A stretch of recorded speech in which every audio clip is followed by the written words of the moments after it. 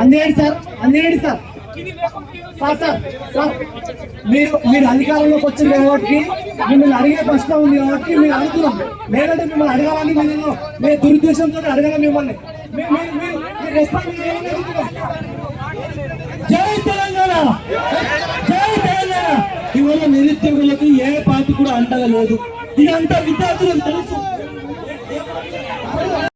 ఇక్కడ నిరుద్యోగులు అందరం కలిసి ఉన్నాం, అందరికి అన్ని సమస్యలు ఉన్నాయి.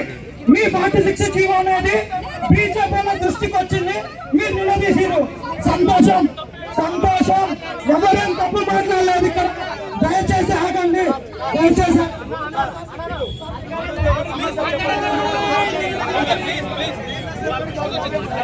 తమ్ముళ్ళు, నిరుద్యోగుల కోసానికి మా బీజేపీ కూర్చొని సమస్యలు వినడానికే కదా ఆ సమస్య కలుపుకోవాలని మేము చెప్పుకుంటున్నాం.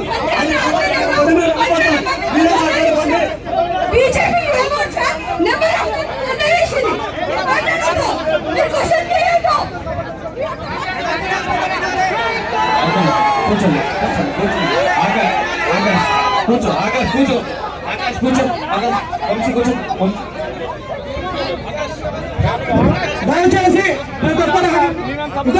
ఇక్కడ చాలా సమస్యలు ఉన్నాయి. ఆ సమస్యలు మీరు గందరగోళం పరచుకోవద్దు.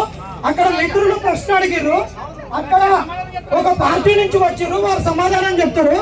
మీరు మళ్ళీ ఎదురు ప్రశ్నలు ఇది ఆగండి. ఇప్పుడు ఇక్కడ ఉన్నటువంటి జీవో సమస్యలు 29 జీవో 46 జీవో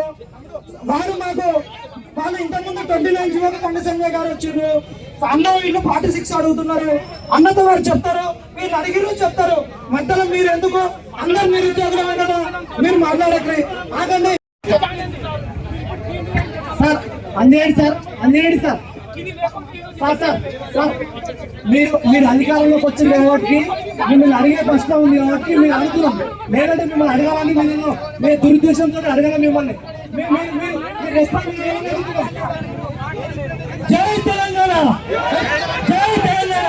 ఇవాళ నిరుద్యోగులకు ఏ పార్టీ కూడా అంటగా లేదు. ఇదంతా విద్యార్థులకు తెలుసు. ఇక్కడ నిరుద్యోగులు అందరం కలిసి ఉన్నాం, అందరికి అన్ని సమస్యలు ఉన్నాయి. మీ 46 జీవో అనేది బీజేపీ దృష్టికి వచ్చింది, మీరు నిలదీసారు. సంతోషం సంతోషం. ఎవరేం తప్పు మాట్లాడలేదు ఇక్కడ. దయచేసి ఆగండి, దయచేసి.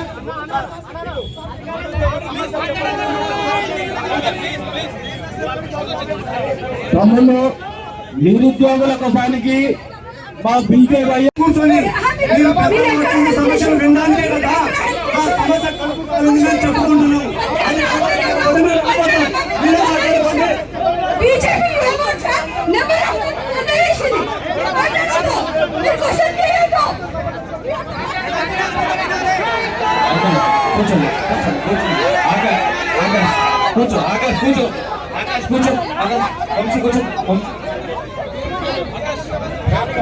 దయచేసి ఇక్కడ చాలా సమస్యలు ఉన్నాయి. ఆ సమస్యలు మీరు గందరగోళం పరచుకోవద్దు. అక్కడ మిత్రులు ప్రశ్న అడిగారు, అక్కడ ఒక పార్టీ నుంచి వచ్చారు, వారు సమాధానం చెప్తారు. మీరు మళ్ళీ ఎదురు ప్రశ్నలు ఇది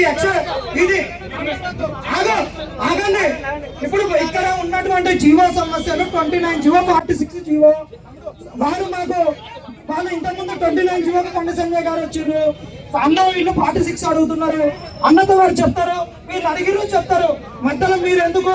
అందరు నిరుద్యోగులమే కదా, మీరు మాట్లాడకండి, ఆగండి.